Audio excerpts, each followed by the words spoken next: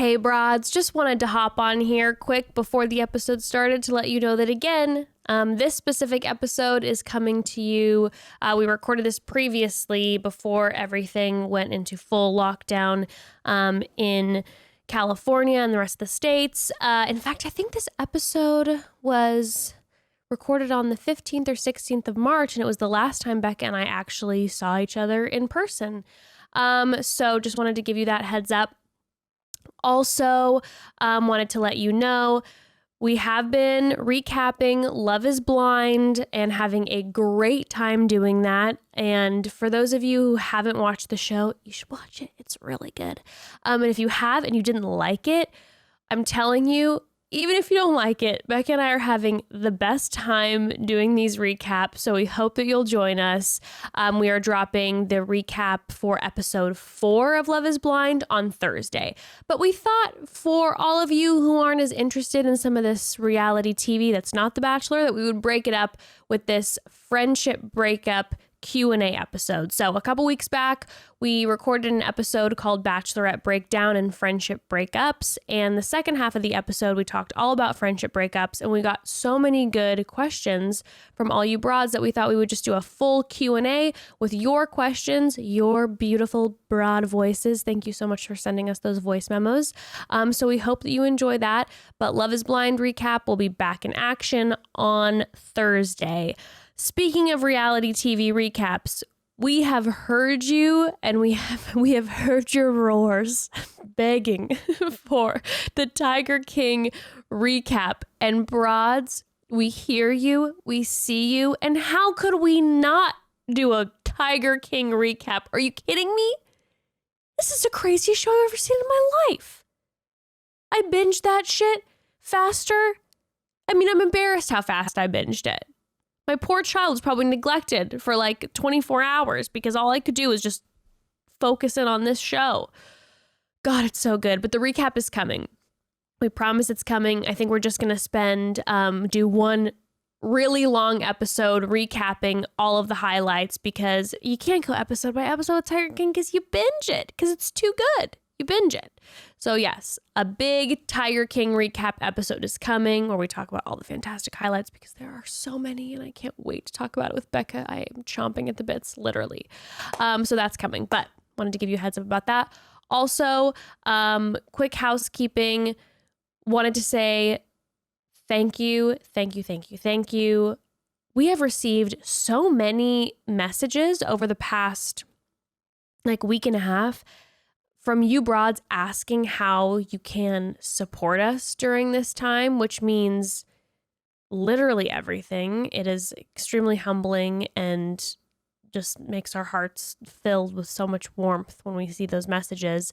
And wanted to let you know ways that you can help us is first and foremost, if you haven't given us 5 stars on iTunes, that is extremely helpful for us.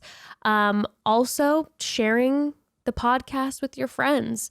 Let's make this broad squad even broader, even bigger during this time. Sharing episodes that we're currently putting out that you're listening to and you're enjoying, even sharing past episodes that were maybe beneficial for you or that made you laugh or whatever. That is extremely helpful for us. Thank you for all of you that have been doing that. It really means a lot. But honestly, you just tuning in right now through all of this and continuing to support us by listening means the most. So thank you. We love you. We appreciate you. And we hope you enjoy this friendship Q&A episode. And we'll catch you on Thursday to talk all about Love is Blind episode 4. We'll keep you updated when that Tiger King recap is a-coming. Let's chat. Hello, broads. Hi, broads. How are you all doing today? I don't know how we're doing because we're recording this from the past. We're recording this from the past. So, Bekah, Jessica, I hope you're doing well. Yes, indeed. All of our intros are going to be like that for the next few episodes because we're all We've been recording a shit ton in the span of like 2 days. We're doing our best to bulk up. We're bulking up, broads. Yep. So, no idea where the state of the world is at right now. No idea what our state is right now. But, I hope that it's a good one. Yep. And again, here we are. Blessings to you in the future. Blessings. We hope you are well. And, and again, we're just, wanting to be a little light in the source of some worry and craziness and all that for all of you broads. So again, not trying to ignore what's going on. We just actually have no idea what's going on as we're recording this. So here we are. Ignorant from the past. And there will be. So today, we did an episode about friendship breakups. Yes. And if you haven't heard that episode, it's actually in the title. It's connected with, it says Bachelorette Breakdown and Friendship Breakups. So you might have just thought it was a Bachelorette episode, but the second half is all about friendship. The majority of it's about friendship breakups. Friendship breakups. So check that out if you haven't. We really got a lot of people wanting us to do Q&A afterwards. Yeah, especially since we didn't give, as my sister said, we didn't give so much helpful advice. So maybe that's what that'll be for today. I love your sister's. Yeah, she was like, it was a fun episode. You didn't really we didn't give a lot of advice. Anything constructive about friendship breakups. I think the last few minutes we did. I think we came through a little bit. Maybe. I don't quite remember. Either way, that's the goal today. That's the goal. So we figured have people do some call-ins and maybe we can give some advice from those call-ins. Yeah. So should we just hop right into it? Yes, I'm ready. Let's do this. All right. Did you curate these? Or are you just picking blindly? This is a little bit of a blind pick. Oh, a little bit of a blind one. I'm ready. You ready? Yep. All right. Let's do it. Hi, Bekah. Hi, Jess. I'm one of the original broads. Been listening since the first episode. Thanks for taking my question. I guess my question is, basically in high school, I had this old friend of mine, and it was I wouldn't say she was a toxic person, but I would say our friendship itself was toxic. And I know a lot of people really go through it, and I found it very hard to get out of the friendship just because I felt an overwhelming amount of guilt. And, it's over 10 years or so later, and hindsight is 20/20, and I know it's fine to not keep every friendship, but I guess, what's advice that you can give someone that's, in the emotional part of it? What could I have told my 16-year-old self to let her know that it's okay that not every friendship lasts forever, and it's okay to tell yourself you just don't want to be in a friendship anymore? Okay, thank you. Love you guys. I think she just gave herself the words that she needed. I know. That was just a lot of wisdom wrapped into a question. She didn't say her name. Did she email it? I don't think so, no. Well, maybe she wanted to be anonymous. Anyway, she gave herself that advice. She said, how should I tell myself it's okay to not stay friends forever, and it's okay to distance yourself basically from things that aren't serving you anymore? And that's the truth about it. Seriously, I think that especially when you're in the throes of it, oh my goodness, you feel like she was saying that guilt, and you're with someone, especially if you've been friends with someone for a really long time, but you threw out the word toxic. And to me, if I could go back in my life and with any friendship of mine that was toxic, I wish that I would have told myself, hey, there's no need to be unkind to this person, but there's also no need to stick it out. And you don't know necessarily what irreparable damage the person could do to you, especially when you're younger and you're growing.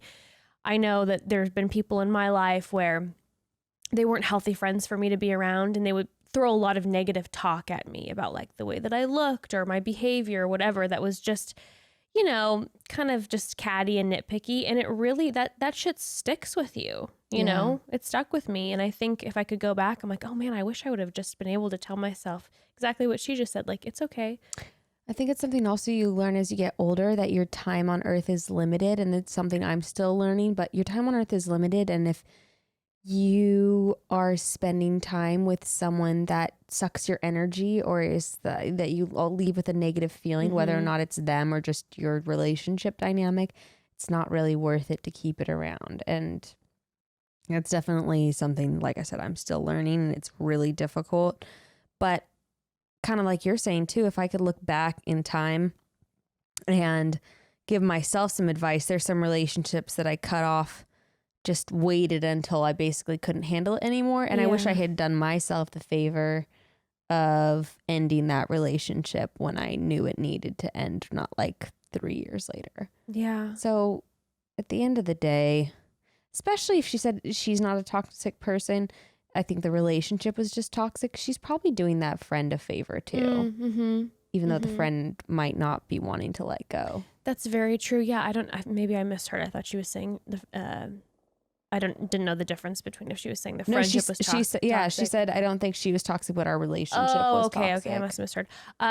Okay, yeah, then absolutely. It's definitely going to do someone a service too, because I think, again, yeah, when you're in it, sometimes you don't know. Maybe your other friend, like this one, has more foresight and awareness of the toxicity of it. And when you're deep in it, depending on what's going on with you emotionally, you may have no idea that you're maybe becoming too codependent, or that you're starting bad habits or forming bad habits. So sometimes the uncomfortable piece to remove yourself or to communicate that is, yeah, I agree, is going to be better for your friend in the end. Well, I'm glad you did what you needed to do. I know, same. She's just, broads are out here just doing the damn thing. Not even needing the advice. Okay, broads, let's pause for a second. So here's a not so surprising fact. Everyone loves saving money, especially when you don't have time to browse online for discount codes or coupon cutting in the daily paper. I don't know if people do that anymore, but it takes a lot of time. Also, in certain times like these, when everyone is really trying to save money, I know that my go-to, a major lifesaver for me lately, has been Honey. Honey is the free online shopping tool that literally takes all the work out of saving money, because it automatically scours the internet to find the best promo codes and applies them to the items that are already in your cart. Honey's 18 million members have already saved over $2 billion at over 30,000 of your favorite stores like Macy's, Sephora, Target. And right now, all of us are looking to save money, like I said, big time, which one of the biggest reasons why I love this tool is because you're saving money on things that were already in your cart that you were already going to buy. Bless you, Honey. Honey is the ultimate honey. I used Honey last week. Of course, it was at Target, because really, broads, it's problematic how much I like to shop at Target. I've learned to just accept it, but Honey automatically scanned my online shopping cart, and I ended up saving $41.73 on the nose.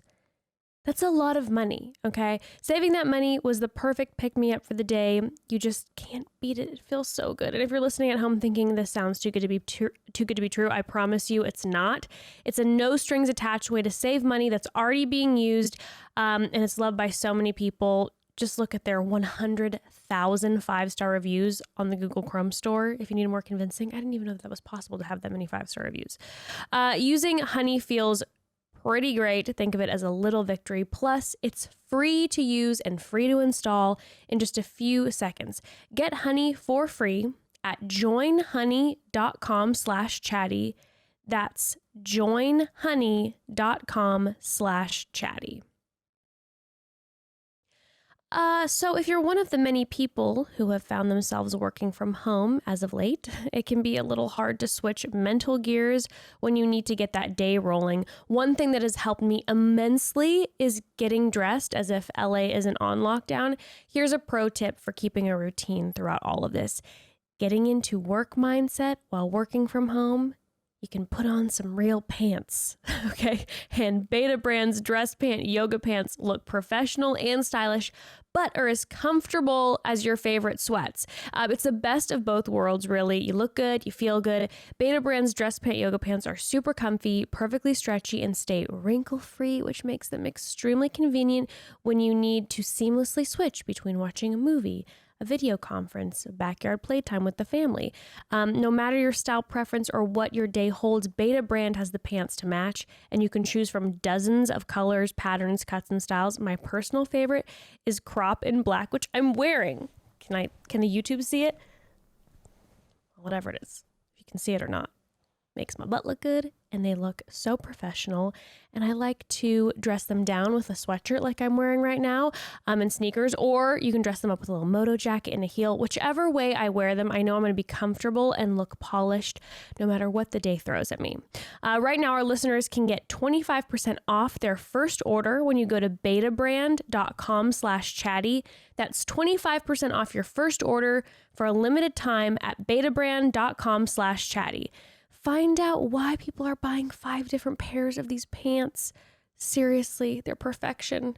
That's Beta Brand's dress pant yoga pant. So go to betabrand.com/chatty for 25% off today. Hi, Bekah and Jess. Love the show, love the podcast. So my best friend is going through a really turbulent period of her life right now. Just ended a pretty toxic relationship. Is now dealing with moving out of their shared apartment and a lot of other things as well. Yuck. She's always leaned on me pretty heavily for support, which I don't mind when there's balance in a relationship. But lately it feels like we only talk about what she's going through. And whenever I bring up things like, for example, a nice day that I had with my husband, she might respond with something like, oh, maybe one day I'll find a good relationship. And our conversations lately have demanded a lot of emotional energy from me, and I just feel really drained, especially since I have a degree in counseling psychology, and it feels like she's taking advantage of that.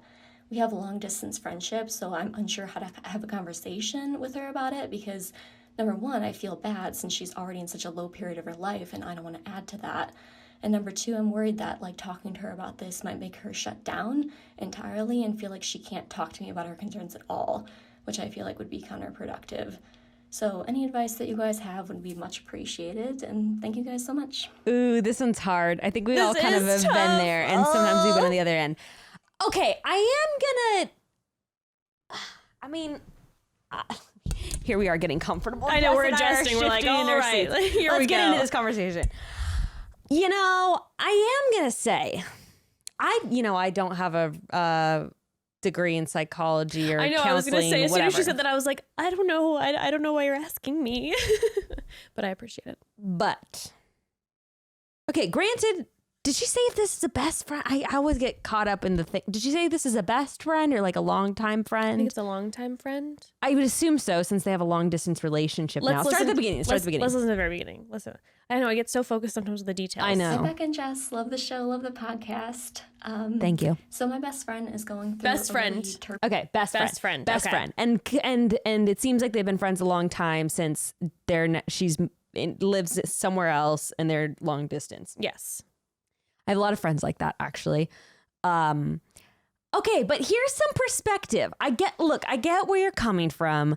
I've been there. It sucks. I've been on the other end of it. I'm sure you have, Jess, too. But also, this isn't like 5 or 6 months into this girl. Like, this girl is, your best friend is in the middle of moving out of the apartment with the partner. Like, she is in the fucking thick of it right now. So it's going to be difficult. So I know that this is emotionally draining right now, but also like this is in the time where she's like really going through it. And honestly, I think relationships do ebb and flow in terms of who's putting out emotional energy, just like any relationship. And there's times where someone is going to really carry you, and there's times where hopefully if it's a good friendship or relationship, you can carry them, and it sounds like you've been best friends for a long time. So I think you kind of got to suck it up for a certain amount of time and just deal with it. It is going to be emotional energy because they're your best friend, and they're calling you with all the shit they're going through right now, which sounds like a lot. Granted, like I think 2 or 3 months into it, like maybe you can be like, hey, maybe you can give some tough love, maybe set some boundaries. I really don't think right now is the time to do it. And look, if you are just unless it has been months and we misunderstood that. Like she said she recently. So I thought she's in the middle of moving out right now of the apartment. God damn it, did I miss it again? God. Play it. I want to make Corona on the brain. now just ended a pretty toxic relationship. Just ended a pretty now dealing with moving out of their shared Now apartment dealing and with a lot of other things as well. a lot. She's always leaned on me pretty heavily for support, which I don't mind when there's balance in a relationship. But lately, it feels like we only talk about what. Okay. So there's a little bit of context. It says she seems like she leans on me a lot. Well, I'm really missing a lot today, guys. Don't know what's up. My bad. It's okay. I'm glad we have clarity, but yes. it's like she is right now in the middle of moving out of it. Okay. And this is what I would say. If you're not in the headspace, just don't pick up the phone and call her back later when you are in a better headspace. You don't have to pick up every time. And you could even just text her. But what if she's like, answer me. You'd be like, hey, I'm sorry. I'm really busy right now. I'll get back to you when I can. I'm with a client. Or like, I'm really tired right now. You know, that's, and set a boundary like that. But I personally don't think now is the time to be like, you're leaning too heavily on me. Especially since you did say that she always has, like, she does lean on you. So there's maybe a little bit of a setting off point here.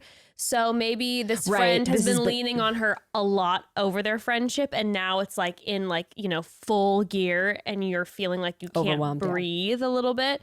But yeah, I would agree with you. Like, just remember, this is a really, really, really rough point in her life. So she is going to come in real hot and heavy. But yeah, if it goes on for numerous months and you continue to, like you said in the message, you said that, hey, I don't want to make this worse for her and then start like, you know, saying, hey, you're too much for me and make her spiral more. I would agree with Bekah. I'd say either you have to then eventually give her some tough love, or if you don't want to say that, you could always use yourself as a, you know, quote unquote excuse. You can be like, hey, I love you so much. I don't know if I have the emotional capacity to be, you know, I spend a lot of time day to day, like, yeah. Exactly. I deal with people all day. I have a relationship. Like, I love you and I want to be there for you, but I just need you to know that I might not be there for you quite as much as we've gotten used to, because it's just a little too much for me, because I just have a lot on my back right now, and make it about yourself. And again, I would wait a little while. Yes, and I think actually, remember when we talked to the relationship counselor and therapist when she came here? I'm pretty sure she actually gave me similar advice where she was like, just you don't have to pick up the call every time. And you can set the boundary just by calling her or waiting to pick up a call when you're ready. And don't ghost, but just like, it's so true. You know, I'll call you back later. I know I've had a friend who was going through a period, and it was lengthy. Yeah. And, you know, I have the kiddo and husband and work and all that. And it was just becoming a lot for an extended period of time. And so I kind of started doing that without intentionality, which I wish I would have had intentionality when I did it. But I did try to set boundaries, and I didn't pick up every call. I didn't answer every text, you know, right. I'd leave it, you know, for 8 hours or whatever. And I felt bad doing that, but eventually it was almost like this person picked up on it and then found another source to go to, or maybe multiple other sources. And then it kind of recalibrated our relationship. Was there any animosity? But no, not at all. No? Because I was still there for her. Yeah. It just wasn't to the extent. You weren't just the on-demand therapist. Exactly. And I don't know how this specific lovely broad who called in, like how you're wired, but I am wired in a way that I will then put pressure on myself, like, okay, I have to be there all the time. And I then again, when I dig down into it, sometimes it's like, are you a people pleaser because you just want to make sure everybody likes you? Or are you really caring about people? And it was kind of like, hey, I in this situation, I need to be there for my friend. But I had gotten to a certain point where I think I was almost an unhealthy crutch, because it's almost like sometimes when you let someone vent on you constantly, it's not necessarily helpful for that person either. Because then I just became a sounding board and nothing was changing in her life, or like there was no movement in what was going on. And it was almost like as soon as I stepped back, and I would take her calls, but just not all the calls. I would answer the text, just not immediately. And eventually, you know, this person ended up finding help professionally and is way better off than when I was saying anything. You know what I mean? And then there was no animosity at all. And in fact, we never even had a conversation. Like, I don't even think this person knows that I was having a hard time. So I will say, because she did bring up, like you were saying, that this has been something that's been happening. And like you said, I think this might be a breaking point. Mm-hmm. But I do think you need to wait until she gets in a more stable place before setting that boundary. And it does sound like boundaries should have been set before now. Hindsight's 2020. But now it's a little bit overwhelming. And I think you need to wait until things level out a little bit more before setting those boundaries. So then she doesn't feel like shit and abandoned. Yeah, but maybe wait for like a hot minute to set the boundaries, because if this is really fresh for her. I mean, ending a toxic relationship, moving out of a apartment with someone. I mean, and I've been on the other end too, where like I know, and I have a solid chunk of best friends, like a solid 4 or 5 people I can call. And then also I talk on the phone with my mom and dad, and I have 2 sisters. I have like 8 people. And there was a period of time with my first heartbreak where, I'm not joking, I would spend like all day. I'd talk on the phone about it, crying to one person for 45 minutes. Then I'd hang up and I'd call the next person. Oh yeah, you gotta roll through like all 8 or 9 people, and I just couldn't stop talking about it. But I was having a really rough time, and I did need those people, and it probably sucked for them in our friendship during that time. But you know what? I like to think that then I have the opportunity to be there for them too. Totally. And also I would say too, with this person who you're interacting with, your best friend, obviously it's your best friend. So I'm assuming she feels the same way about you. So you guys are mutual best friends. I do wonder though, like maybe how many people in her life can she talk to? Like you're saying you have numerous people, you have your mom, your sisters, all these people that you can call. I feel the same way. I have my mom that I can call, my dad. I have numerous friends that I feel like if I needed to, I could get on the phone and talk to them. Maybe this person doesn't have that many people. I also just remembered another piece that the therapist counselor told us. Yes. She said, Sarah. Yes, Sarah. Yes, Sarah. Yeah. Shout out, Sarah. She was like, if you want to continue this friendship, you're going to have to lower your expectations. And I heard that in this call because she said, or in this message, because she said, when I bring up like a nice day with my husband, I can't really bring that up. You got to lower your expectations. And right now, you're not going to be getting anything back from her. No. And also like, I mean, I don't know the context of when you're saying these things, but I know I can think of one close friend who I was talking to her. I would be talking to her about like my relationship issues. And then she'd be well, me and blah, blah, blah, like me and my boyfriend did this, did that. And so let's just talk about that for a second. I would just be like, fuck you, fuck you, fuck you, fuck you. Like now's not the time. Yeah. It's about me right now.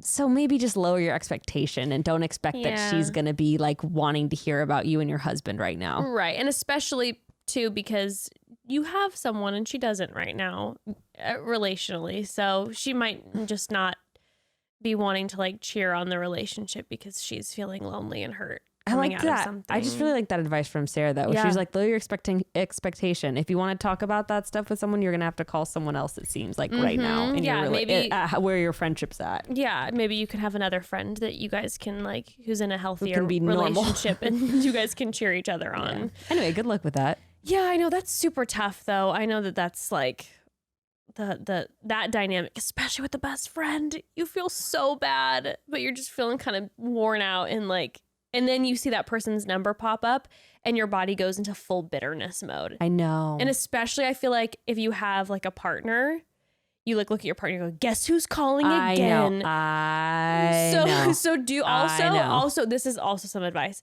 Do your best not to vent to about your best friend to your partner or husband, because what's going to happen is your partner or husband's going to get a bad taste in their mouth about your best friend because it's probably going to be like, oh, she's always this way. She's always that way. She's exhausting to my wife.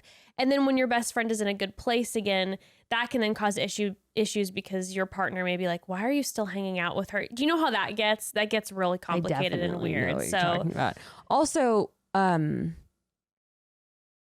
wanted to add in one more last thing and I don't remember what it was. Gosh dang it. Never mind. If it comes to If me. it comes. If it comes to me. What were you talking about before saying the partner thing?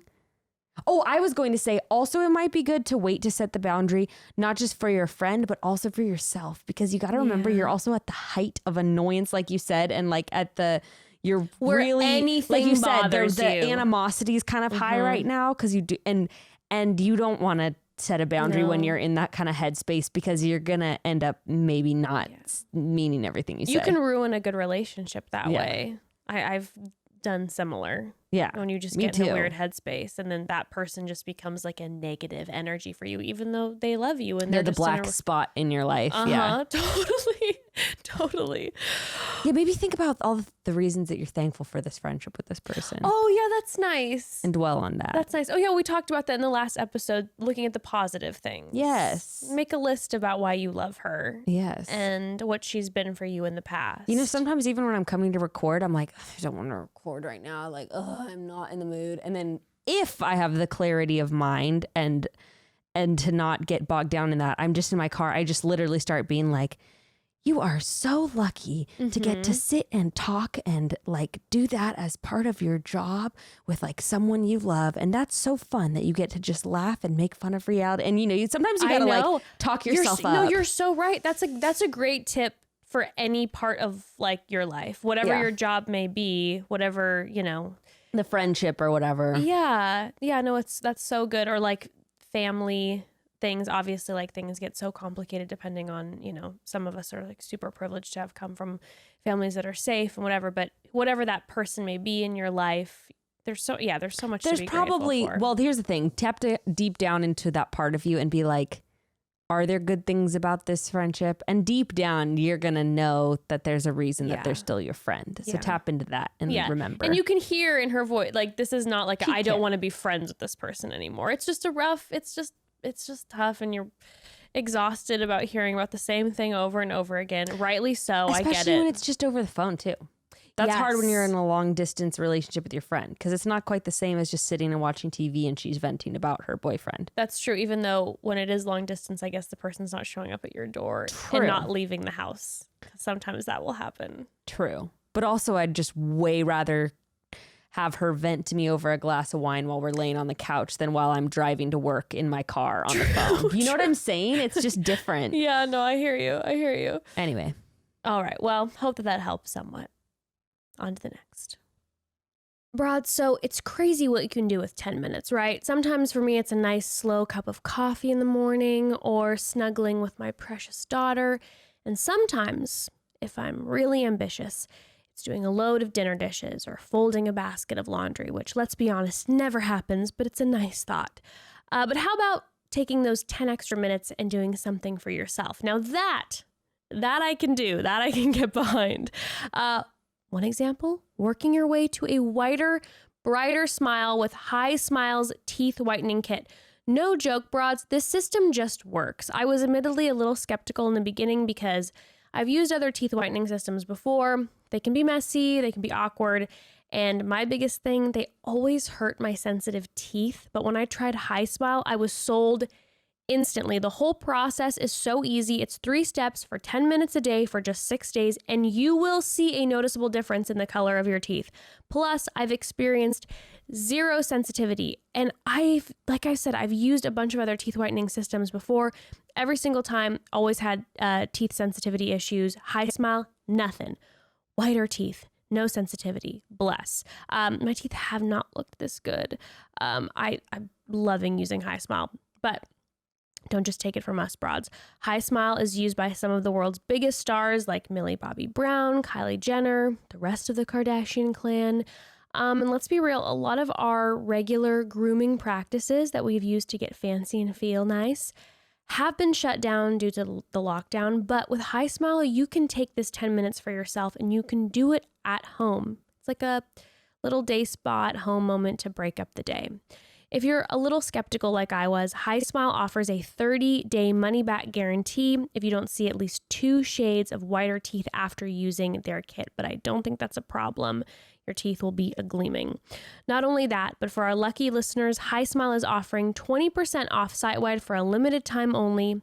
Simply visit order.highsmile.com www.highsmileteeth.com/chattybroads to shop their range of products and enter the code chatty at checkout for 20% off.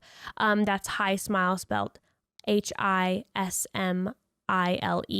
Again, that's order.highsmileteeth.com/chattybroads and enter code chatty at checkout. And if that's a lot that you're trying to write down right now, don't worry. All of this is in the episode notes, so you can get that code, get that link, get those pearly white teeth. Hi, Broads. My name is Trisha. I've been a fan since the beginning. I adore you both so much. I have a question about long-distance best friends. Oh, About what a a year segue. ago, my best friend in the world, her name's Melissa, and she has been like a sister to me my whole life. She moved to the other side of the world, though, and so there's a 12-hour time difference between us now, and understandably, that's really affected our friendship, and it's had to change. We try to connect as often as we can, but it's made things really, really difficult. So I was wondering if either of you have experienced a long distance best friend type of situation, if you have any advice on how to maintain that friendship or how to help it evolve, I guess. One thing that has helped a lot is we're both broads, so that's been something to still connect us. Love you both so much. Thank you. Why does that make me want to cry? Yeah, that's really sweet. Oh, Trisha. Well, And Melissa. I have Broads. quite a few long distance friendships. I do. Yeah. But never 12-hour time difference. Holy shit, I started doing the math in my head. When are you going to talk on the phone? 8 a.m. and 8 p.m., 9 a.m. and 9 p.m., 10 a.m. and 10 p.m. And like, that's kind of about it. I know that's so like a tough. 3-hour window. It's so tough. I have my best friend moved like, maybe was it like 3 years ago, and moved to Ibiza. So that's a big, is it quite 12 hours? I always have to look it up when we're talking. Pretty long. It's long. Yeah. And first of all, I'm so sorry. That's so hard, especially when it's like your like soul sister. What do you think? Well, I like that she brought up that they're both broads. And I think one thing with my long distance friendships is it's maybe a little bit counterintuitive, but what's helped me is sort of take the pressure off of having to connect all the time like you maybe would when you lived in the same place. And I mean, one of my best friends is in Texas. One of my best friends is in Fresno. You know, everyone's kind of a far away. But take the pressure off where it's like you don't have to talk every other day or even every week. Like some friends will catch up every couple of weeks. We'll just have a good long phone chat. What's going on with you? We watch the same reality TV shows. We'll talk about that. I mean, one of my best friends, the one who lives in Texas, was like, I just watched The Little Women and like the new Little Women, and I have thoughts. Like, I don't like it. I'm like, great, let's talk about it on the phone today. Yeah. So just little things like that, but don't pressure yourself or don't feel bad if you're not checking in as often as when you guys were close. That's my advice. Like every couple of weeks really is good. a Yeah, good because the amount of pressure time. will strain the relationship for sure. Maybe even communicate that to each other, to be like, I love you, you're like my soul sister, but obviously like I don't want this to ever get strained because one of us thinks we should be talking more than the other, so that then there's not like weird feelings, that you're both clear that like you love each other, life can get busy, you know, and whatever. maybe even say, even if we weren't to talk for 2 years, obviously I don't want that, but I'd still I still consider you one of my best friends, like always. This is something I'm really bad at, and I feel like I've learned to get better, especially when it comes to like intimate best friends. Because I'm one of those people, I'm wired in a way where I'm like, I cannot see you for 3 years, and then the second I see you, if like we're close, I'm good and we're right back where we left off. But I know I've had friends who aren't that way, and then there can be weird, you know, miscommunication. So I feel like something that's a good idea is, I fully agree with you, like take the pressure off. But if you feel like you guys are both wired in the way that you want to be like regularly communicating and you keep missing each other and things get weird, I think maybe a good thing to do is like set up specific dates, like make a hard date together. So you know, maybe at least maybe once a month or every other week on a Saturday morning for one of you and evening for the other one of you, you guys know you have a Saturday date and you have to stick to it. And instead of just trying to catch each other when you get off work. We're going to sit in front of the computer. We're going to Skype. You're going to have a mimosa because it's morning. I'm going to have a glass of wine because it's night. And you have to treat it like it's an actual date. Like it's a hard date in your same city. Because you know, like if you have a date with a friend and she lives 15 minutes away from you, you don't typically cancel like the morning of. You're kind of like, oh no, I'm feeling a little tired, but I still need to go. Oh, if it's my best friend, I'm like, hey. True, but you know, it's less likely versus like if you're just having a call, you're gonna be like, hey, can we do it tomorrow? And then you're gonna miss each other. I'll call you later. I'm busy right now. Right. Yeah. I feel like if you make a hard like, hey, Saturdays, like the third Saturday of every month, we sit down at 10 in the morning or 10 at night. We have our Skype date and we catch up, and like you have to stick to it and you have to be really intentional. Or do like your own. In addition to that, you could do, you know, me and Jess sit down and recap shows. You could pick like a show, like I know The Circle is on Netflix, like the social media. Yeah. Pick a show like that and just like you would with your boyfriend or something where you're like, you can't watch that episode until like we watch it together. Oh, you could do something like nice. that where we're like, okay, only watch episode 2 and then we're going to sit and talk about it. And that could be fun. That's so nice. That's so it's like nice. a way to connect and feel like you're still Yeah, I think it's just hanging. Intentionality, whether it be intentionality, like you said, to like know, hey, it's okay. You don't have to keep up this level. Intentionality of communicating with the other person, or like setting days to talk. Intentionality of being super shows. scheduled. Yeah, you just have to be. It just takes a little more work. It just unfortunately more communication. Yeah, it's just not quite as free flowing of like, hey, maybe you can buzz by if you get off work early and you know the kids are or in even bed. just calling when you're on your lunch break. It's not going to be the same since it's midnight over there when you're going to call it. And that's difficult. Yeah, it's you really have hard. to be intentional. It's important. But I hope that works out, Yeah, Trisha and Melissa. I'm sorry that you guys are I separated know, from it's each so other. sad. But I'm glad that in some way the podcast can help bring you together. That makes me feel very happy. And it's lovely to hear that it's, you know, I don't know, like you said, to a show, anything that can cross borders and boundaries. It's beautiful. Love knows no bounds. It knows no bounds. All right, let's check out this one. Hi, Jess. Hi, Bekah. So I'm asking this question kind of like 6 months into the healing process.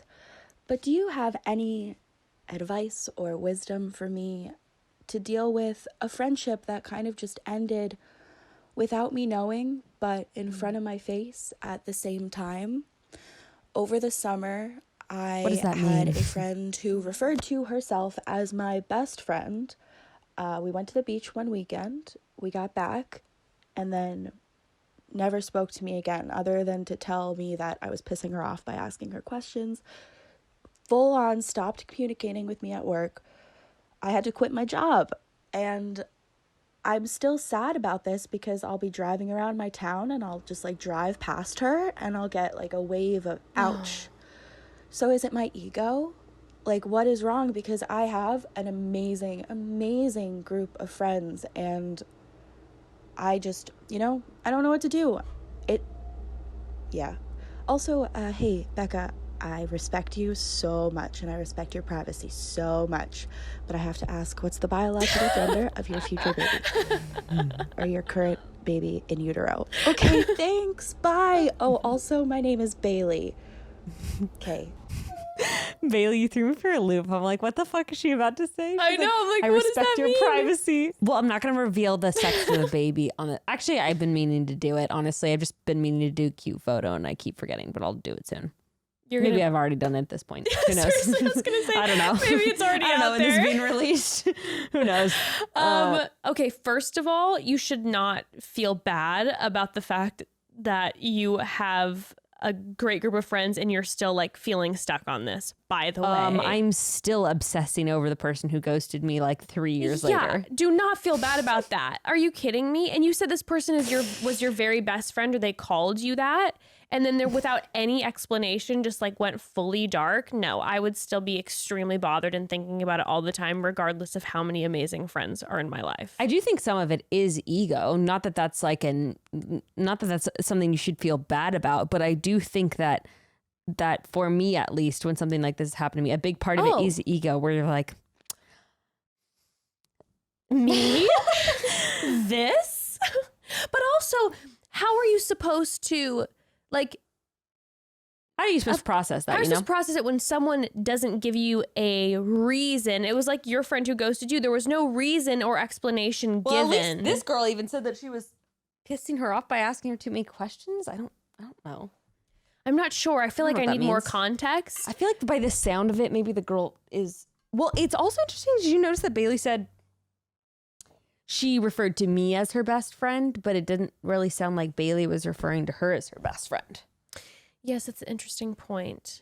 Unless you're meaning that, like, we were best friends. Like, this person said I was her best friend. It wasn't like a one-sided. But she didn't say that they were best friends. That's true, but maybe her heart is too hurt because so she doesn't even want to say best friends. Maybe, but there is something about this girl, even though I know nothing about her. There's something about her. No, who's saying that the thing she said, you're pissing me off, you're asking me too many questions.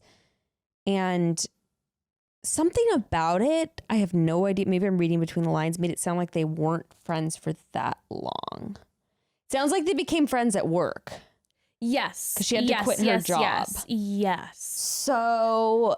kind of sounds like they weren't friends for that long. Like you guys maybe met at work and it burned really quickly. Yes, a whirlwind friendship. And we know sometimes those are the ones to end spontaneously and in a very unkind fashion. Well, because they're also sometimes with emotionally stunted people. Yes. Who are immediately like, you're my best friend, let's do everything together. And then all of a sudden it's like, I don't like it. You're asking too many questions. We're getting too deep and too intimate and too personal. Kind of like someone who runs away from relationships. And then suddenly they're like, I'm out, bye. Yeah, it definitely sounds like this person has something else going on and maybe just was like, didn't want to be in a close relationship with her and then just like flipped out and just stopped. But it seems angry. I'm getting the vibe that kind of what you were saying. Like, I don't know. I'm getting the vibe that she got caught at whirlwindy and was like, you're my best friend. And then was like, yeah, I don't know. That's a tough one. The girl sounds emotional. I mean, I'm really, really stretching and reading between the lines, but I feel like she's one of those people that maybe doesn't have long time friends. Yes, I would probably agree with that. And I feel like I've experienced people like that. Yes, this person has a familiarity to them. Like, I feel like we all, like, not we all, but a lot of us know someone who has at least gone through a situation like that. And it's kind of the same type of person that they don't have a lot of intimate relationships. Maybe there's emotional issues that go on that they push away any sort of intimacy. And maybe you were like a lot of people who'd be told that they were their best friends were getting maybe more emotionally intimate with this person, and this person flipped made them out. uncomfortable. And sometimes the response to that isn't, some people just then ghost you and avoid you, and some people, their response to that is anger. And it sounds like this girl kind of cut you off, and then when you tried to figure out what was wrong, got very defensive in an angry way and didn't want you to ask questions, and then clearly made it uncomfortable enough that you weren't able to work with this person anymore. Yeah. Well, that's the other thing. She just stopped communicating with her at work. That's emotionally immature. Yeah, there's something going on where it's like was she just ghosting you at work, ignoring you, like not making eye contact and with then you. Everyone probably noticed it, and everyone was like felt uncomfortable. No, that's immature behavior. Yeah, this isn't someone that sorry to this person, but it's not someone that you want in your life at all. Because all of a sudden you're going to hit like a bumpy part of your life, and this person will be out the door. Yes. Or they hit a bumpy point. It's like, you're not a convenient friendship for me anymore, so bye. But all that you can do is have asked, is there something that I should be aware of? Which it sounds like you did, and then she wouldn't answer your questions and got frustrated. So you've done all you can do. So as this is so much easier said than done, but it's just one of those things that you gotta have to just do your best to close the chapter. And because she didn't give you anything to think about with your behavior or anything, you know, just enjoy your other friendships. You know, and even if it's not fully accurate, I think it helps sometimes to quell your obsession if you're just like, she has issues and it has nothing to do with me, even if it did have a little something to do with you. If you've tried to unpack that within yourself and you genuinely can't find what you did, and she won't tell you what fault you had, sometimes it's best to just be like, that's on them. Yeah, that's she's a shitty person. She's emotionally immature, whatever, just so you can move on. Exactly. Exactly. No, I think, I don't know. I feel like that's all that you can do, really. I mean, unless you're just blatantly ignoring your own faults. Because some people do that too, where the relationship ends, they're like, fuck them. True. You know, and they had, I don't know. So I'm sure it sounds like you've done the unpacking to try to figure out. Yeah, you've tried to have the conversation, and she won't allow it. So yes, you're better off. You're better off. I think you know. I don't think she's. I will say, it doesn't sound like you're upset about the relationship ending so much as like the perplexing it's why. Oh, and that's which I get. And that's the most frustrating thing, because that's the shit that haunts you when you're laying in bed. All of a sudden, you've been having a great time with your friends, everything's good, and all of a sudden you have this weird flash memory of that friend, and you're like, what the hell happened? Or me, I'm like, does no one want to be friends with me secretly? Oh my gosh. Like, so am I just really horrible to be around? Does everyone actually hate me? My worst nightmare. We see you coming and we're like, gotta go. Diving in the bushes. We love hanging out with you. You're a great and I'm time. the friend that they just can't dump 15 years later. Honestly, I think about that sometimes too, and then I go, you know what? It's usually in a dark place. I don't want to know. I really don't want to know. Pretending, friends. I'm just gonna keep living that life. Ignore any of those signs. Sometimes then you just gotta test them, you know? Then you just start ghosting them and see if they keep trying to hang out with you. Ooh. Just kidding. Don't do that. Do not do that. Not Make great them advice, jealous. but Make your friend satisfying. jealous. Tell them you have a new best friend and stop picking up their calls. If they keep texting you, you know they really like you and are your best friend. Sounds like a Cosmo article. I know, it really does. Oh my god. Next question. Next question. I want to do a episode, by the way, where we just give shit advice throughout the whole episode. Yes, we'll have to label it so blatantly. We could just call it like shitty advice from the broads. I And like we that. just know that everyone, and I feel like actually maybe more people would ask questions. I would. Yeah. Broads, let us know. Do you want us to do a shitty advice episode where you send us your questions and we give the worst advice we possible? could think of. And by the way, if we do it, we will be in character the whole time, and there's not going to be any moment of like, no, don't actually do that. We'll do a We'll commit to it. We'll probably be giggling through the entire thing. full shit advice, but it's not going to be a character. We're gonna own this. Maybe we should make Craig come on that one too. Oh, that would be good. Just give like horrible advice I like that. from all three of us. I like that a lot. I feel like Craig could get really creative. I think Craig could give some really bad advice. He actually, though, on our last episode was like giving decent advice. I know. He's surprisingly thoughtful always. Like you always sometimes think, he says some, I'm like, oh, yeah, that was. yeah. Well, you know, he says makes those crazy comments, and all of a sudden, like when he just like, after he says the crazy comment, he goes, well, no, actually. And then he gives really good advice. Yeah. And you're like, oh. He said some things where I was like, I know. noted. I'm writing that down. I walked away with that advice, you know? I took it back into my home. Well, he was talking about like just different things about self-control and stuff. And I was like, wow. I know. I'm like, you're a very self-controlled person. Well, now, I mean, moderation. The fact that he's like, yeah, no, now I just watch porn maybe once a month. I know. I was like, holy shit. I know. Damn. Anyway. He's exercised those muscles because of his sobriety. I guess. Yeah. But some people who get sober just cold turkey everything. Yeah. Like it's really hard to bring balance, especially it's when you're very an addict it's hard for everyone to bring balance in their life. It's very true. But some of my friends who are addicts have even a harder time with balance, you Yeah. know? So they're like, you know, I watch too much reality TV, so I'm getting rid of my TV. Like, I know some people like that, you know? It's way harder to be like, I'm going to limit it to an hour a week. That's Craig hard. is actually very balanced. Good for him. He just likes his candy. Other than that. And All his right. plants. And his plants. Oh, his plants. His plants. Hey Bekah and Jess, my name is Emily and I've been listening to the podcast since day one. I absolutely love you guys and honestly feel I could ask you anything as like sisters. So my question has to do with friendships and how to deal with losing people close to you in your life. I had this best friend who happened to be a heterosexual male and I identify as a heterosexual female. I'm sure as soon as you read that, you got a red flag because straight males and straight females can't be friends, right? Well, that's what everyone told us. Everyone said you guys are in love, you just don't know it, you're soulmates and are probably going to get married one day. But keep in mind, we're still young and marriage is off the brain for us. We love each other and care about each other more than anything in this world. But it all went down quickly when he was talking to his pastor about some issues we were having in our friendship. And when his pastor found out we were of the opposite sex, he told him that it would never work, to stop trying in our friendship, and to get out of there as soon as possible.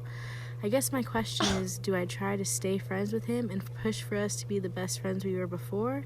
Or do I let him go and have the mindset of, well, if it's meant to be, it's meant to be? Thanks, guys. I love you so much and chat soon. What terrible advice. Someone from needs the to find a pastor. new pastor, first of all. Emily, love you. Thank you for listening from day one. Also, you have the sweetest voice I've ever heard. Yes. And I'm so sorry. I'm That like- sucks. I'm also like, maybe did he somehow miscommunicate this really poorly to you about what his pastor said? Because that just sounds like bad advice. It sounds like bad advice. Unless when he was sitting down with the pastor, maybe he opened up and was kind of like, I maybe have feelings for her. I know. Just thought about that too. Did he drop that secret, I know, Emily? but I also don't want to. I know, I don't want to put that in your head. I also don't want to say that because it could be one of those things where it's so annoying when you have a best friend and someone's like, Oh they're my in love gosh, with you, it's you're the in love with them. It's worst. so annoying. It's the worst. And let me say this very clearly. And a lot of people may disagree. Men and women, heterosexual men and heterosexual women can be friends. I will fight to this to my dying day. Okay. Now, do I think that a lot of times someone might have feelings for another person, especially like in a certain situation or time? Sure. But I do think there's absolutely people out there who you meet and you just click with, and there's no sexual tension and you guys are just best friends. Well, I think also sometimes it gets a little confused about like when we talk about feelings, because I saw this poll that was pretty funny. It was a YouTube video and it was like basically asking girls like, do you have a male best friend? Yeah. Would you ever sleep with him? And the girls were always like, yeah, I have a male best friend. No, ew. And then most of the time when they would ask the guys, they'd be like, do you have a female best friend? Yes. Would you sleep with her? And they're like, yes. Yeah. But I don't think that constitutes as feelings. And so that was the poll. It's probably like, hey, yes, I she's think pretty. she's pretty, I'd and fuck like her. I'd probably have sex with her, but like maybe I'm not planning on it, nor do I want. I also to. think that's really different from like, would you want to be in a relationship with her? Mm-hmm. You know? Mm-hmm. Anyway, so I just am so thrown off by this advice. I'm Like, also wondering what were the issues in their friendship that he was talking to his pastor about. I'm curious: was your friend maybe starting to see someone, and then there was drama because the person was uncomfortable with you and your best friend being close, and then the pastor was just like, eradicate it. Eliminate. I don't know. It's just such strange advice. And I'm sorry. Okay, regardless of what the advice was, though, your friend chose to take the advice and is now distancing in your guys' friendship. I'm confused because I'm wondering, did he just say to her like, hey, my pastor told me I should just cut it off, so that's what I'm doing. Sayonara, sweetie. We're not friends anymore. Like, yeah, I don't know. But I do feel like this is probably a sign that when a bumpy patch might come in the friendship, that he may not, like, let's just say maybe he were to start dating someone and the person isn't a fan of him having a close girlfriend, that it but they're might young come to- too. This is yeah. also part of the growing process. I mean, I believe she said that she's 19 yeah. and he's probably similar in age, and it's kind of at that point where and it sounds like he trusts his pastor, so maybe he's like, damn, I don't really want to do this, but I that advice, I guess that's like the advice I should take.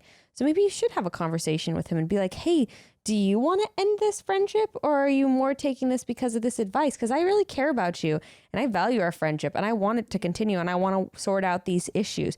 Do you feel that same way? Because maybe we should try to work on our friendship instead of just canceling it. Yeah, no. I agree. I think if you want to remain friends with him, which it sounds like you do, I would definitely have a conversation with him and then kind of see what his reaction is. And if he's reacting in a a negative way and being like, no, then I would protect yourself and just kind of take a step back and see if this is something that maybe he'll eventually figure out on his own and come back. But yeah, no, I think a conversation is really important. Yeah, because she asked, should I basically like fight for this friendship? And I think that it sounds like you'd care about it. So definitely try to have a conversation, try to give it a shot. And even if he's like kind of shuts you down, if you feel like it, if you feel this way, you can say like, well, I still want to be friends and I'll be around if you ever get a different perspective on this situation.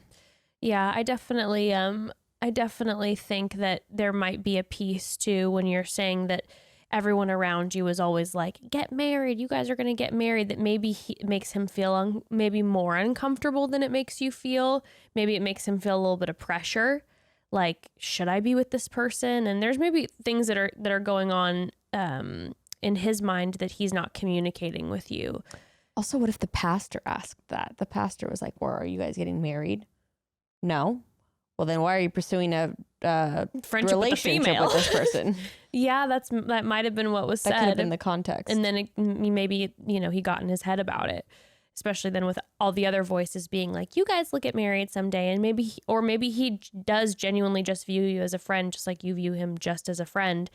And hearing that constantly and then hearing his pastor maybe echo that is just like, I also wonder if the pastor was coming at it from the angle of it's dangerous for men and women to be in close relationship with each other because then like sex could happen. That's very true. Yeah. That's definitely a possibility. I know, again, I can only speak into how I was raised, but how I was raised specifically after you are in a marriage, you do not have friends of the opposite sex. And that was always something that I really struggled with because I have a couple guy friends who I'm really close with. And a few of them I was really close with before Evan and I got married. And actually a few of them I've become close with since we've got married, which is an interesting dynamic where like Evan's also friends with them, but we're closer. And I know that like a lot of people are like, what? Like that's a huge, like absolutely no. I think that obviously this is a different topic, but I think that in certain situations, I like when Evan has female friends in his life because I think that sometimes, they are able to speak into his life and show him different perspectives that ultimately help my relationship with him. A nurturing female presence in his life. You know what I mean, though? Yes, I do. It's like, but I definitely do. But I think that and sometimes female friends are going to be the ones to be like, grow up. You need to get your shit. Female friends are the ones who call him out more than his guy friends are just like, yeah, well, how they can be, or Jess is blah, blah, blah. And his female friends will be the ones who be like, yo, you got to get your shit together because she's really working hard to blah, blah, blah. It can be lovely that way. But point is I remember after Evan and I got married, that was kind of a point of contention with a few people and like pastoral figures actually in our life that didn't feel like it was right that I had male friendships. So yeah, you probably nailed that one. Maybe he's just the pastor's being proactive and being like, there's no point in having a female friendship in your life because, which is a really sad way to look at it. Because everyone can have such a beautiful impact on your life in a different way. And it's very sad if you only look at each other in a potential sexual way. If they're not going to be your sexual partner, then, it's not worth even engaging with. Oh, geez. Yeah.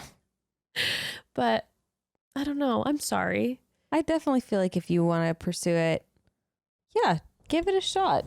And that's all you can do. Show up at his door with an elaborate... Throw rocks at his window. What's that movie with the boombox on your shoulder? Oh, Say Anything? Yeah. It'll be good. Broads, we're entering, or I guess we've technically entered one of my favorite seasons in Southern California. Spring. The days are perfectly warm. It's lighter longer. The flowers around our neighborhood are starting to bloom, which we've noticed on our many walks. And as much as I love when the seasons change, my skin does not. I have pretty sensitive skin, and I swear to God, if the temperature even thinks about changing too much too quickly, I get all sorts of dry and crusty. This season, though, I've been using a new skincare regime from BioClarity, and I am so excited about the results so far. I absolutely love BioClarity. I've been preaching about them from the rooftops the past, 6 months since I started using them. I've seen huge improvements in my skin. I love these products. There's no doubt the results are great, and even better, so are the ingredients. All of BioClarity's products are 100% vegan, free of toxins, powered by plants, and dermatologist tested. The products are kind to the planet and kind to your skin. I've always found putting together a good skin routine to be a little confusing because there's so many products to pick from. I never know what I actually need. BioClarity is making it easy. All you have to do is go and take their online skin quiz to find out which of their 5 curated skincare bundles best fits you and your skin goals, and that's it. If you receive your products and you don't love them, it's no problem. BioClarity offers a 100% risk-free money-back guarantee. So what are you waiting for, broads? My personal favorite would be their Essentials Routine bundle that has the Floralux product in it, which I am obsessed with. It is derived from chlorophyll, which is clinically proven to soothe skin and alleviate redness. Oh, it's done wonders for my skin. It's called Restore in their Essential Bundle.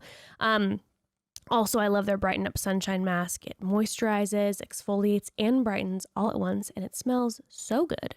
Get healthier, more radiant skin today at bioclarity.com. You'll get 15% off everything on the site when you use code CHATTY at checkout. That's bioclarity.com, BIOCLARITY.com. And don't forget to use code CHATTY at checkout for 15% off. Okay, so water is the Swiss Army knife of liquids. I don't know if that's a phrase people are still using, but if not, you heard it here first and it's back. But really, drinking enough water has so many benefits for your body. It's wild. And we especially need it right now for our immune systems.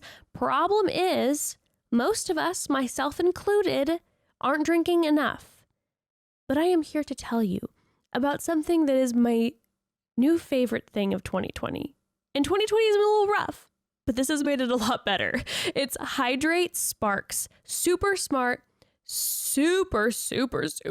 water bottle. It's here to help all of us out with that. Seriously, this water bottle is the only thing that's been able to hold me accountable with my water intake. I swear, I always have the best intentions at the start of the day, but then life happens and hydration takes a back seat. With your HIDRATE SPARK water bottle, a sensor in the bottle sends you small reminders when it's time to drink up, so you stay feeling good all day. And you know what those reminders look like? Your water bottle glows. Yes, it glows like the future. And then it texts you, reminding you when you need to drink water. Yes, it texts you like a damn good friend caring about your health. In 2020, broads, your water bottle is a better friend than I'll ever be. Bless. It's super easy to set up too. Just sync your HIDRATE SPARK smart water bottle to your free mobile app on your phone or smartwatch. Enter in a few details like gender, weight, activity level, and HIDRATE SPARK calculates your optimal hydration level. It personalizes it completely to you. The whole process just takes a few minutes. I promise you this is the easiest way to start creating healthy habits by making hydration feel like a fun game. I have been drinking way more water. I am so proud of myself, and honestly, I feel so much better. Who would have thought? Water helps you feel good. So thank you, HIDRATE SPARK. Try the HIDRATE SPARK Smart Water Bottle today. You'll get $10 off your first order by going to hydratespark.com/chatty now. Hydrate is spelled with an I. That's HIDRATE spark.com/chatty for $10 off your first order.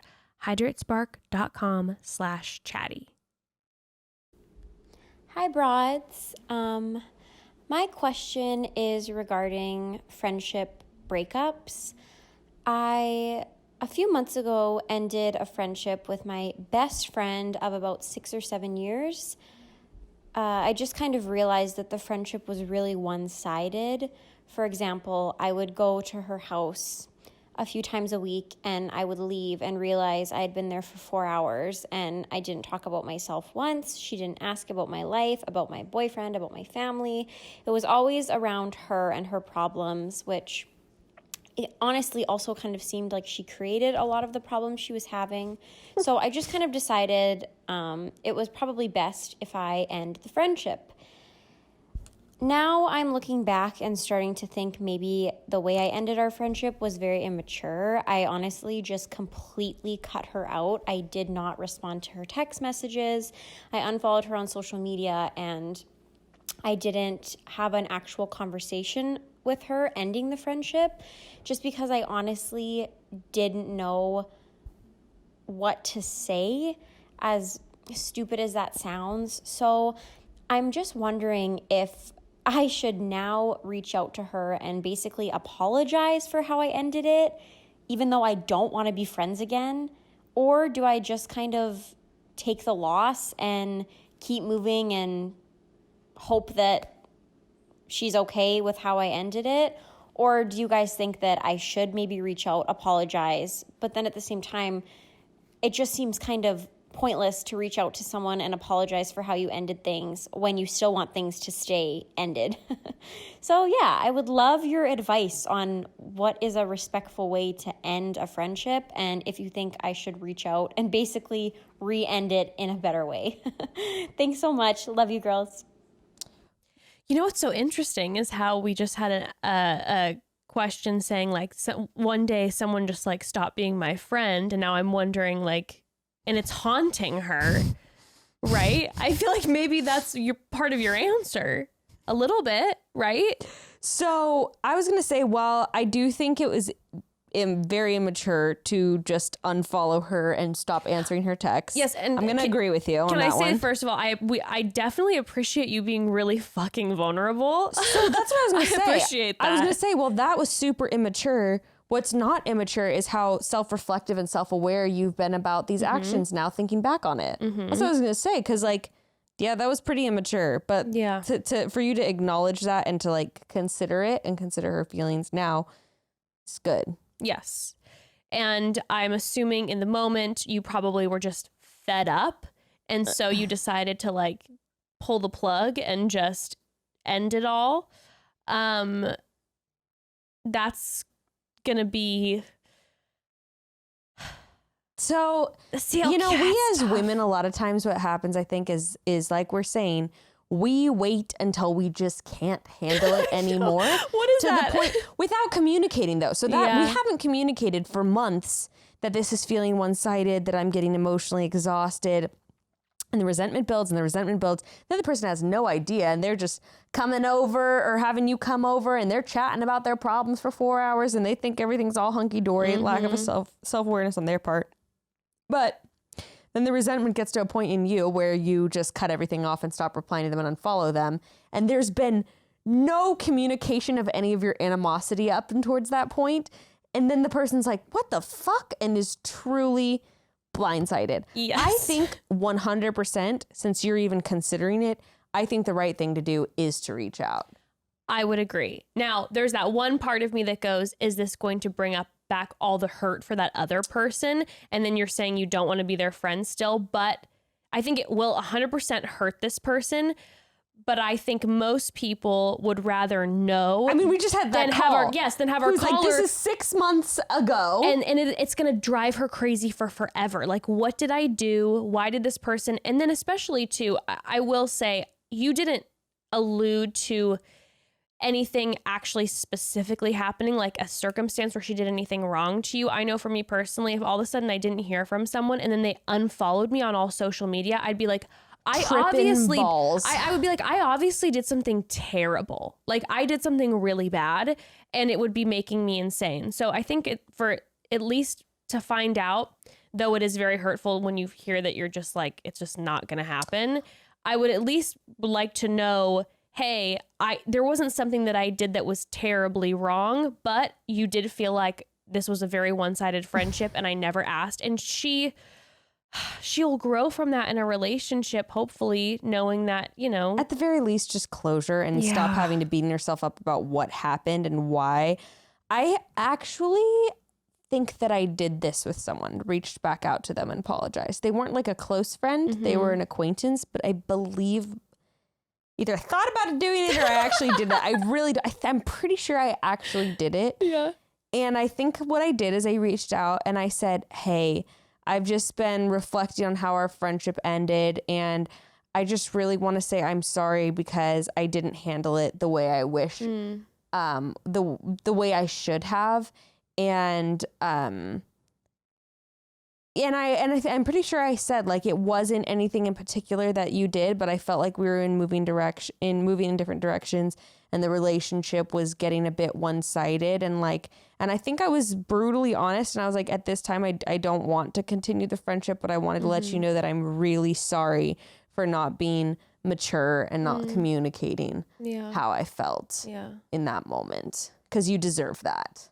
Yeah, I as much as it would be devastating to find that out, I would much rather know that than be bogged down by the constant, like, what the hell happened. I also think, like, at that point, it wouldn't be as devastating because, one, you've already probably gone worst case scenario in your head about, like, the horrible things and how they hate you and you're annoying.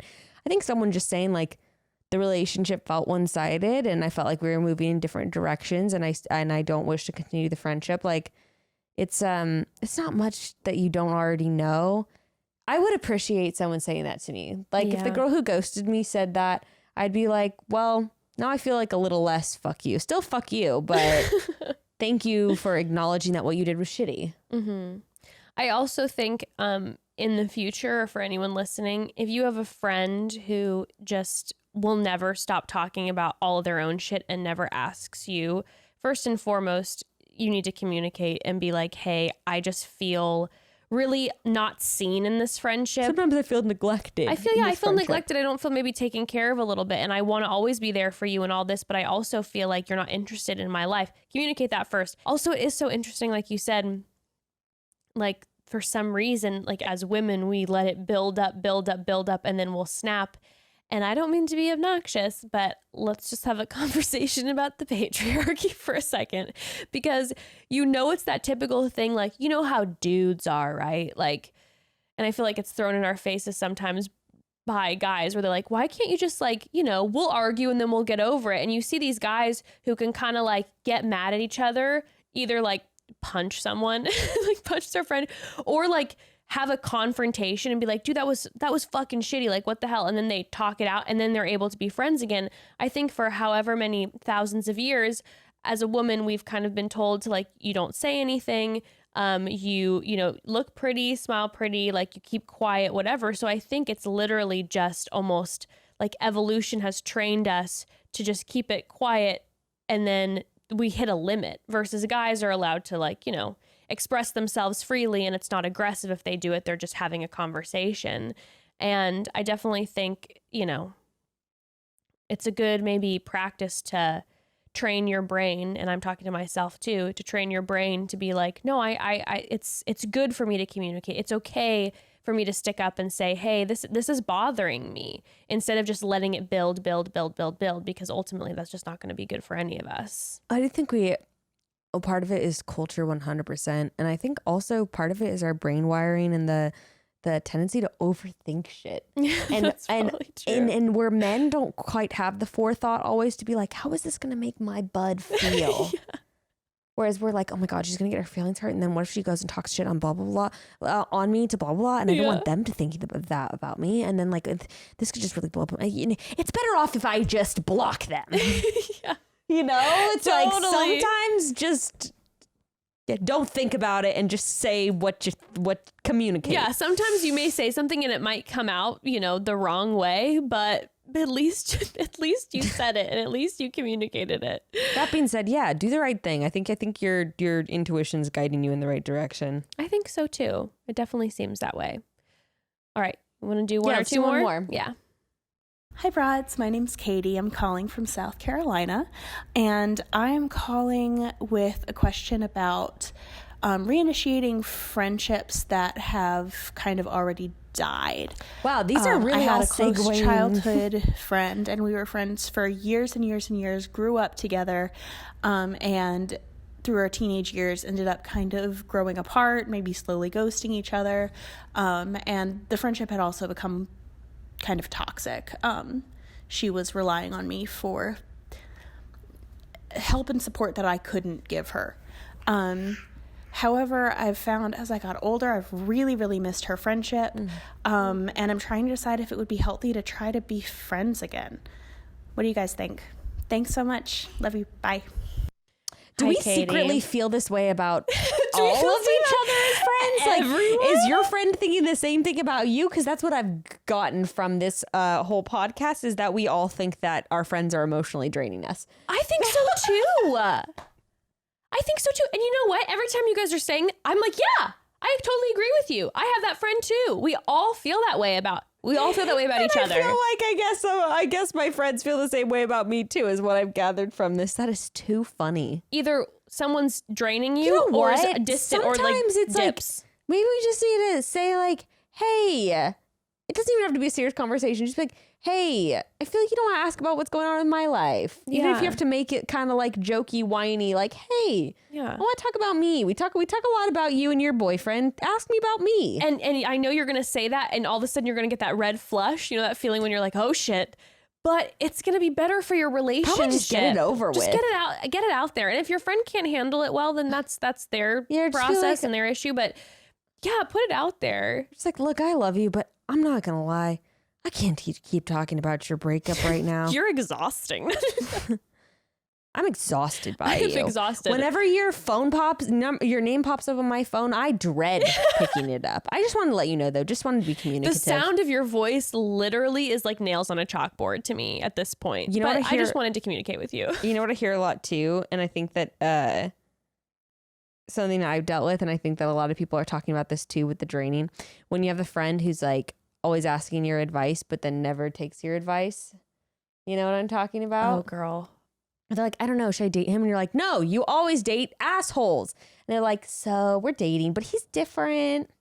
I had a friend once. And then they come to you crying when Oh. it doesn't work again. I had a friend once that was actually a relationship that had to slowly fizzle out because and this was a friendship for many, many years, and I adore her and she's fantastic, but at least 3 times a week there'd be like a 2 to 3 hour phone call being like for a good 2-3 year period with a specific boyfriend, that they had so many problems and they were just fighting constantly.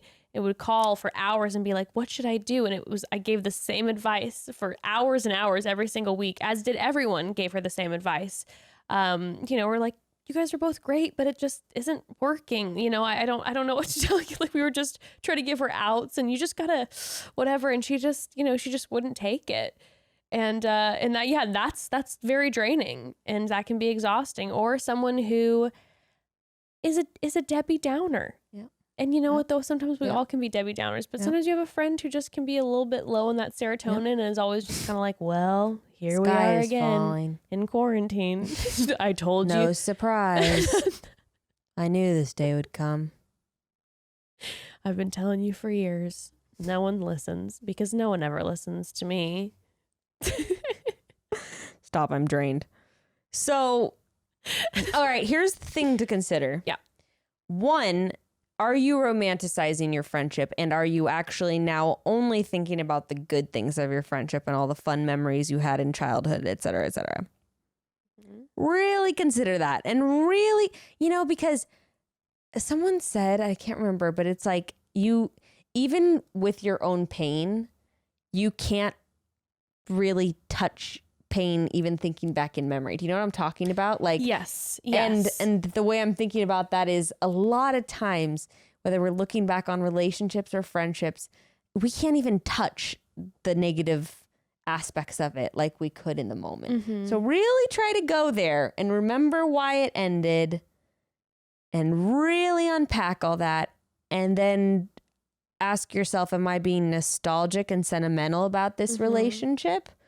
Or do I miss it, and do I believe it has something to offer in spite of the difficulties that we had? Yeah, and also while you're going there, you can also then examine the other little side of like, oh, was my frustration maybe my own immaturity?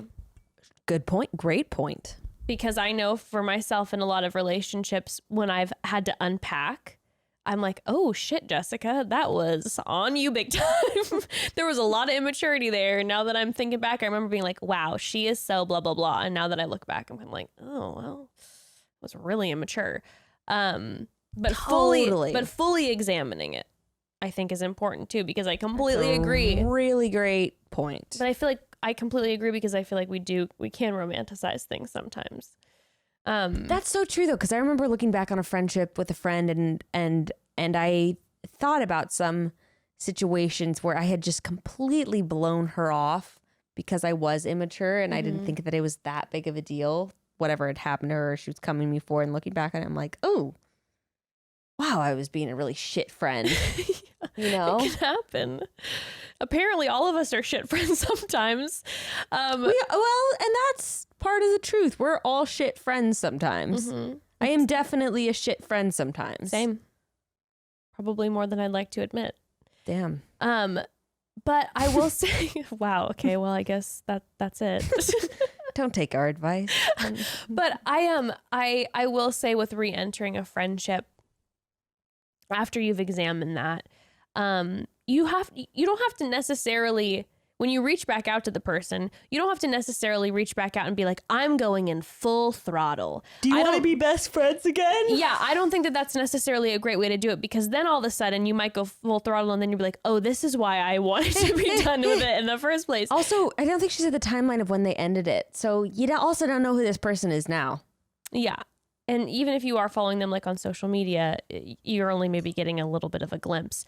But I think you can reintroduce a friendship in a more of a casual way. Like, I know, for instance, and we've talked about Jenna, who was on this podcast. I know when her and I were going through kind of our tumultuous thing, and there was arguments, and then we started to like kind of ghost each other, and that was so weird.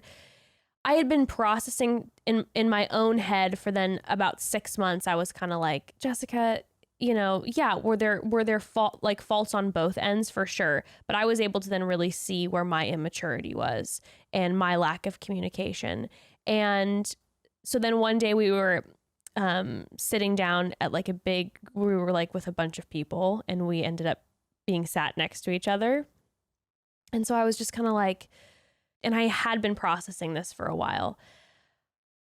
I just took a moment and I kind of just leaned into her, and I was like, what happened? I'm like, I've just kind of been thinking about everything again. And I want to say I'm sorry for my mistakes in the relationship, and I don't need an apology. I didn't need an apology from her at that point, even though she, you know, definitely gave me one. But I'm like, I'm sorry for my immaturities in this. And I know obviously we're in different places now, and I'm not asking for us to get back to where we were, because I don't think that that's ever going to happen. Like, we're different people now. We have very different lives. It's been a few years and we're in different places. And, but what I do know is that I do love you and I miss you. And it would be nice to, you know, chat every once in a while, and just kind of, and we opened it up that way. And it's been awesome since, because we're definitely not, we used to literally be attached at the hip. And if we would have tried to start doing that again, guess what? There would have been a lot of disappointment in our relationship, the new relationship that we had, and we would have ended up right back where we were, because we don't have the time and capacity to do that. We're also, again, in different places in our lives. So, but being able to now put that out there and be open and be like, hey, I do miss you, and I'm sorry for some of the shit, and let's just, you know, maybe catch up every once in a while. And that's then what we do.